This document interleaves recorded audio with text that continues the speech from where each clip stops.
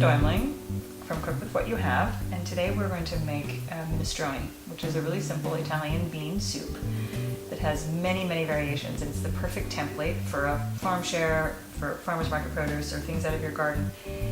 And it really rests on having really good beans and bean broth, bean cooking liquid. So that's why I always keep beans on hand, and I freeze them in their cooking liquid so that I can make a soup like this in really short order and have it be on the table, in 20 minutes. So today we're going to use zucchini and green beans and then the typical onion and garlic to start.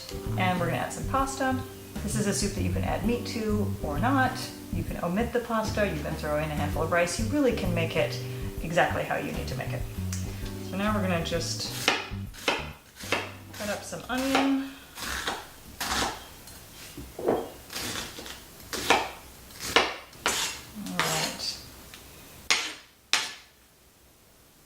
Fresh herbs are really good in minestrone, both in the cooking process and for garnish. So today we're going to use a little bit of fresh sage, as well as some fresh thyme. But dried at either one would work just as well.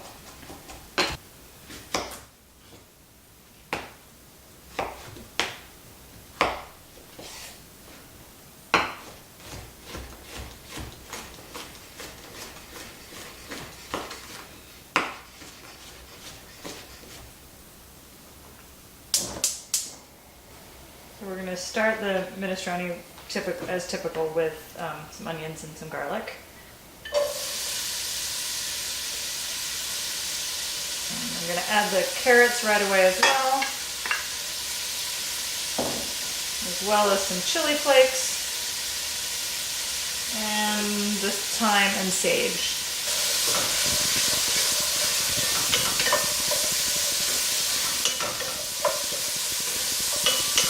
Add a little salt.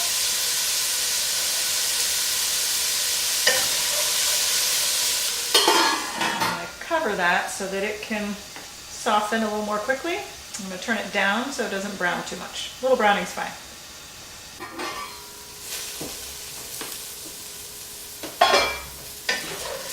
Now we're going to add some roasted frozen tomatoes that I had, but any tomato you have, fresh, canned, or frozen and roasted like this, will do the trick.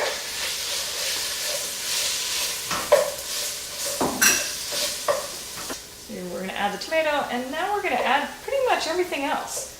Our already cooked beans, these were cranberry bean, but really just like you can use almost any kind of vegetable, you really can vary the bean. You can use black beans, you can even use chickpeas. You can totally make it your own. It might not be authentic, but it'll be delicious. And we have the beans and the bean cooking liquid.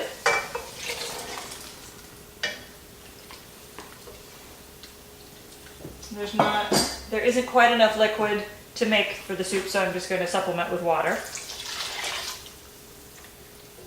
You can use broth, vegetable broth, chicken stock, really anything you want. But the bean broth is typically so flavorful that is the foundation of it. And that'll come to a simmer really quickly, and then we're going to add our zucchini and our green beans, and we're going to bring that to a boil, and then all we're going to do is drop the pasta in and simmer that until everything's tender, and then garnish it with some basil and we'll be all set. So now everything has come to a boil, all our vegetables are in, and I'm going to add the pasta. If you were going to be adding like spinach or kale or chard or some kind of green, you would wait until a little bit later and just put that in just a few minutes before your pasta is going to be done, so that everything is tender more or less at the same time. But don't worry about it too much either. It's all going to be delicious. It makes wonderful leftovers. It's wonderful after it's been sitting for a while. So everything doesn't have to be perfectly al dente. So now we're going to add the pasta. Well, you can add any shape you want. Sometimes I use large shells. These are little tiny tubes, which will swell up and be much more prominent a little bit later. But there we go. And those take about 8 or 9 minutes to cook. So we'll check in then.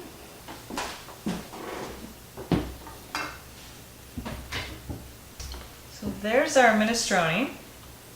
You can make it brothier, you can make it thinner, thicker. You really can do whatever you want with it. And we're going to add some black pepper and a little olive oil to finish.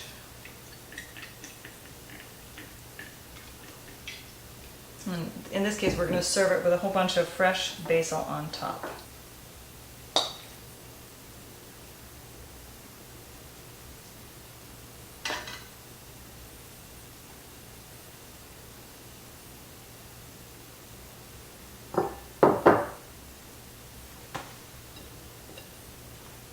And a little more olive oil.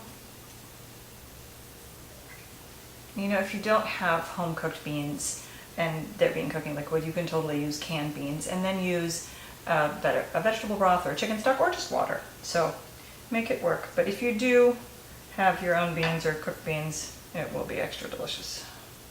So I hope you find a way to make a minestrone and try it in lots of different ways as different produce ripens as the season progresses. Thank you so much. If you'd like more tips and recipes, please visit cookwithwhatyouhave.com.